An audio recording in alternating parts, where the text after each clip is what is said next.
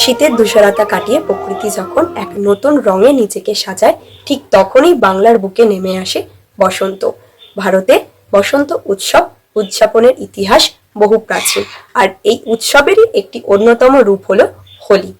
তবে বাংলার বসন্ত উৎসবের নিজস্ব একটা বৈচিত্র্য আছে, আর এই পরিবর্তনের কেন্দ্রবিন্দুতে রয়েছে বিশ্বকবি রবীন্দ্রনাথ ঠাকুর।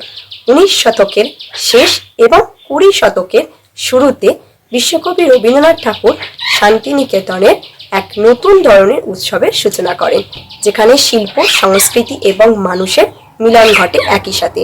এইভাবেই বিশ্বভারতী বিশ্ববিদ্যালয়ের প্রাঙ্গণে শুরু হয় বসন্ত উৎসব। এখানে রং খেলা শুধুই আনন্দের জন্য নয়, এটি হয়ে ওঠে এক নান্দনিক প্রকাশ। সকাল থেকেই ছাত্রছাত্রীরা বাসন্তী বা হলুদ পোশাকে সেজে ওঠে। মাথায় ফুলের মালা, হাতে আবির, গান, নাচ আর কবিতার মাধ্যমে তারা স্বাগত জানায় নতুন পরিবর্তনকে। রবীন্দ্রসঙ্গীতের সুরে ওরে গৃহবাসী, খোল দান খোল, লাগলো যে দোল। এই উৎসবের সবচেয়ে বড় বৈশিষ্ট্য হলো এখানে কোনো রকম ভেদাভেদ নেই।